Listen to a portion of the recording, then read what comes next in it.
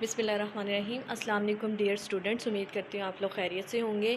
आज हम डिस्कस करेंगे chapter number 9 from first year chemistry solutions.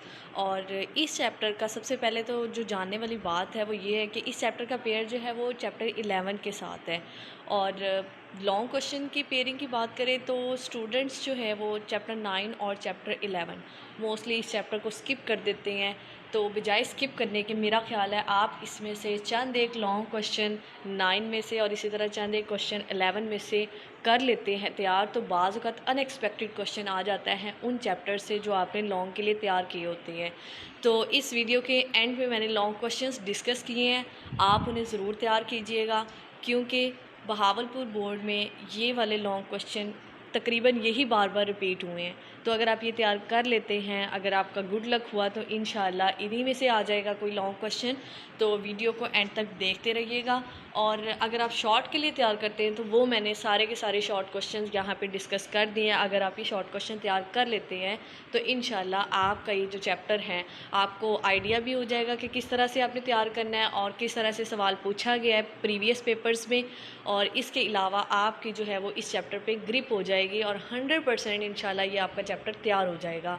तो देखते हैं इसके शॉर्ट क्वेश्चंस पहले और फिर उसके बाद जो है हम लॉन्ग क्वेश्चन देखेंगे। लेकिन इससे पहले चैनल को सब्सक्राइब कर दें। जो लोग चैनल पर न्यू हैं जल्दी से जाके बेल आइकन को भी प्रेस कर दें ताकि आने वाली वीडियोस आप तक पहुंचती रहे और सब्सक्राइब भी कर दें। और इसके अलावा अगर वीडियो अच्छी लगे तो आप जो है वो कमेंट ज़रूर किया करें, लाइक भी किया करें और इसके अलावा अगर आपकी कोई सजेशन है तो वो भी दिया करें। सबसे पहले हमारे पास define molality, give example. Define molality, give example.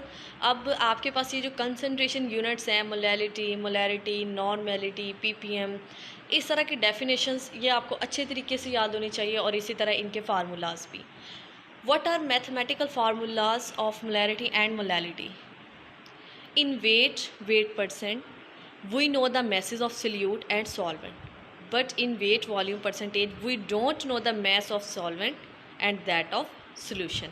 Give comment. अब इसके बारे में जो आपकी स्टेटमेंट है वो आप दे देंगे और अगर आपको आंसर नहीं आता तो आप जो है कमेंट में जो है डिस्कस कर सकते हैं इस चीज़ को। तो इंशाल्लाह नेक्स्ट वीडियोस, मैंने पहले भी कहा था कि अगर आपको आंसर्स नहीं मिल रहे तो आप मुझे कह सकते हैं, मैं नेक्स्ट वीडियोस जो है वो आंसर्स के भी अपलोड कर दिया करूँगी जो जो यहाँ पे मैंने मेंशन किए हुए हैं। उसके बाद है define normality, give example. Define mole fraction, बहुत इंपॉर्टेंट है। Sum of mole fractions of all the components is always equal to unity for any solution. Justify it. 1 molar solution of urea in water is diluted as compared to 1 molar solution of urea, but number of particles of solute is same. Justify it. बहुत important है ये slide आपके लिए, पूरी की पूरी जितने भी यहाँ पे शॉर्ट क्वेश्चंस हैं। Define solubility, give example. Define solubility curve. What do you mean by discontinuous solubility curves? The concentration in terms of molality is independent of temperature, but molarity depends upon temperature. How?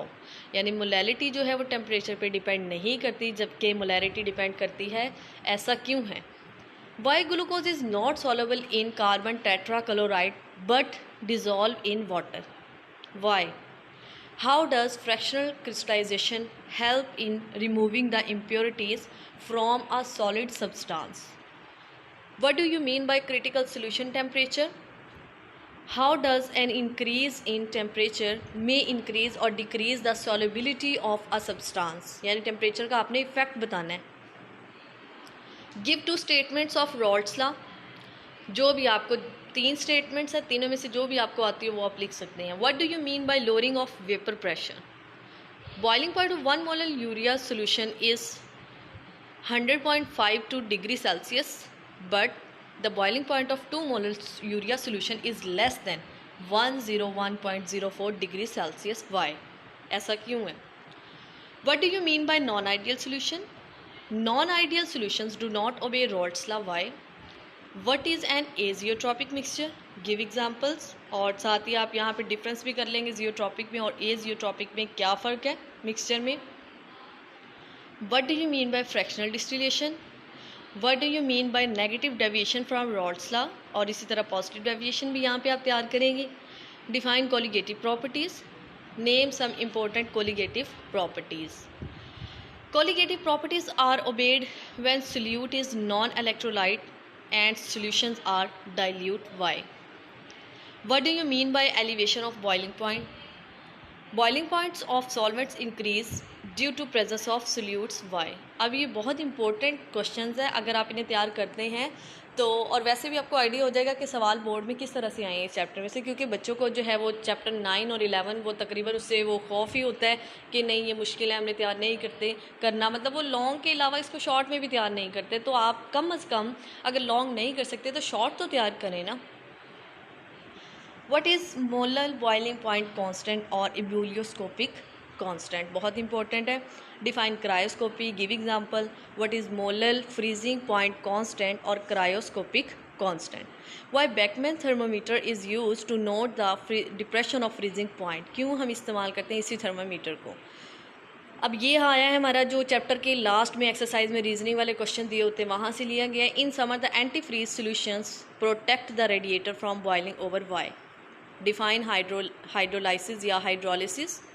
Define hydration, give example. What is hydration energy, give examples. How the force of attraction between the ions and the solvent molecules depend upon the charge densities of the ions. What are hydrates? How they are formed, give some examples. Define water of crystallization.